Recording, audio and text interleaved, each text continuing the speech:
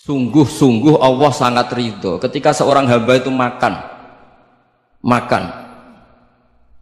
ketika sesuap nasi dia muji Allah, ketika minum seteguk nasi dia muji Allah. Itu kalau orang diridhoni Allah itu wali betul. Itu untuk jadi wali itu gampang. Kamu makan ridho, kamu nginjak buminya Allah ridho seneng, kamu hidup keseharian aman seneng. Nah ini supaya sampean kita semua ngaji betapa panduan Rasulullah untuk menggapai ridho Allah itu banyak yang keseharian sekali. Saking kesehariannya banyak dalam hadis dan itu sahih.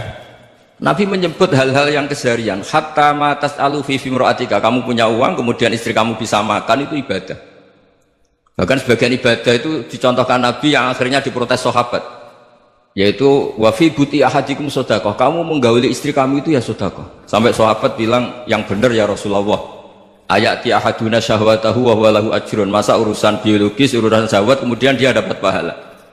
Nabi menjawab, alai salawadu'aha fi haramin akana alaihi wisrun, bagaimana kalau dia meletakkan ke yang tidak benar itu kan dosa.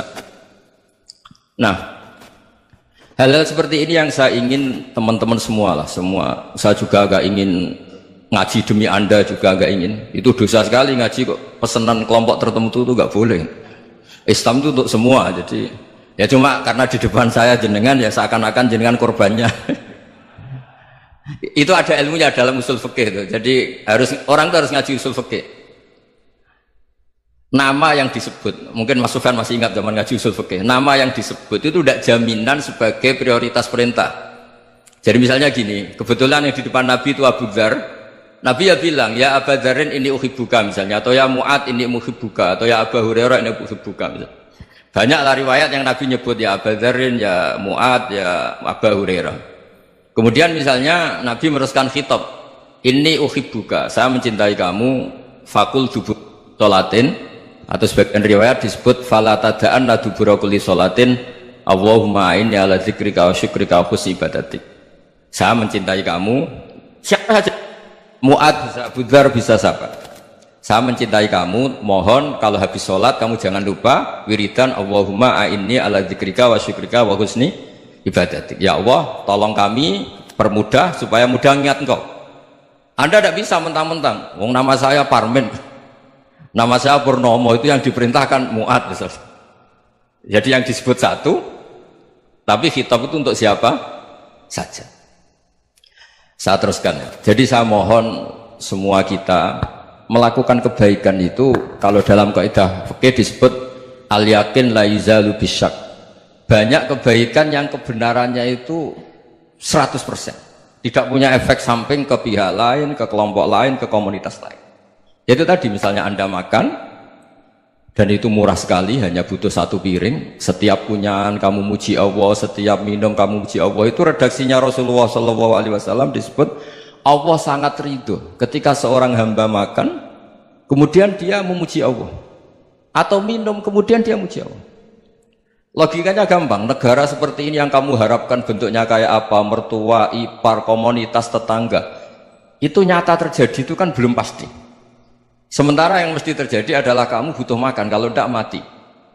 Butuh minum, kalau tidak mati. Butuh bumi yang nyaman ditempati, kalau tidak kita juga mati. Sebab itu Allah kalau menyebut nikmatnya itu hal-hal yang keseharian. Alladzi at'amahum min ju'. Allah itu siapa? Allah itu yang menciptakan kamu bisa makan. Tidak berlebihan, Allah itu yang menciptakan kondisi sosial itu ideal. Zaman Nabi itu ya ada orang munafik. Orang-orang pilihan Allah itu juga diuji orang sekelilingnya yang macam-macam. Semua diuji sesuai konteks zaman dan waktu. Nah, tapi ada ibadah-ibadah yang selalu disarankan Nabi. Sampai Nabi itu pernah ditanya, ayul islami khairun ya Rasulullah, Islam terbaik itu gimana? Jawaban Nabi itu unik. It'amut to'am, Islam terbaik itu ya makan-makan, santai-santai. Ketika Allah menyebut beberapa kebaikan, falak tahamal akobah, wa ma adrokan apa? Mal akobah. Terusannya apa? Fakku rokobah. Terusannya apa? Au it'amun fiyaumin di masubaya, atau acara makan-makan itu juga Islam. Kenapa? Ya bayangkan kalau tidak ada makanan, kita mati kan? Kondisi sosial tidak ideal itu Anda masih gak apa-apa, tapi kalau Anda tidak makan, Anda tidak minum, Kamu punya istri cerewet masih bisa hidup, punya mertua cerewet masih bisa hidup. Tapi kalau tidak makan bisa mati. Berarti penting mana istri sama makan? Penting mana? Makan. Semoga istri Anda dengar. Nanti kamu disuruh makan tapi pulang deh. Itu kalau dibahasakan makan masih memahami. Penting mana nasi satu piring dengan istri? Nggak ada nasi mati, nggak ada istri belum mati. Penting mana? Gak berani jawab kan? Nah, ternyata Anda ada garang kan di depan istri. Jadi saya mohonlah, mungkin Mas Sufyan Sauri tadi yang bisa bantulah teman-teman tuh ngaji yang keseharian saja. Karena kita nyari ridha Allah itu berdasar firman Allah, dan firman Allah itu menyebut keseharian tuh riang gampang. Yaitu tadi misalnya wa min ayatihi manamukum bil laili wan nahar. Termasuk ayat-ayat Allah itu kamu tidur. Maka dulu itu ada guyonan, ada tokoh Mu'tazilah, kelompok dalam Islam yang berpikir manusia itu bisa menentukan ikhtiarnya sendiri. Karena saya bisa duduk, ingin duduk, ingin berdiri, berdiri. Karena kelompok ini nggak terima kalau semua kehendak Allah, nanti bagaimana kalau semua kehendak Allah kok ada hisab ya, ada sanksi. Lucunya itu dia akhirnya ini cerita ya, mencintai seorang perempuan cantik sekali. Dan itu dia menjadi ahli sunnah itu oleh hal-hal yang sepele. Karena istrinya cantik, ya namanya suami istri hubungan intim. Terus ditanya, Mas masih ingin lagi? Masih. Silahkan diulang lagi. Wah ya tidak bisa. Katanya manusia bisa menentukan yang diinginkan. Itu tobat itu. Itu nggak bisa ditobatkan Mas Sufyan Ats-Tsauri. Orang cantik yang mudah nobatkan orang itu orang cantik. Segampang itu. Akhirnya kita tahu, makanya kalau dalam kitab Hikam itu disebut al-akil mayyakul madza yaf'alu wa hubi wal ghafil mayyakul madza af'al. Orang yang punya akal karena sadar ini wilayah Allah, semua milik Tuhan, itu dia tiap hari berpikir besok Allah akan melakukan apa terhadap dunia ini.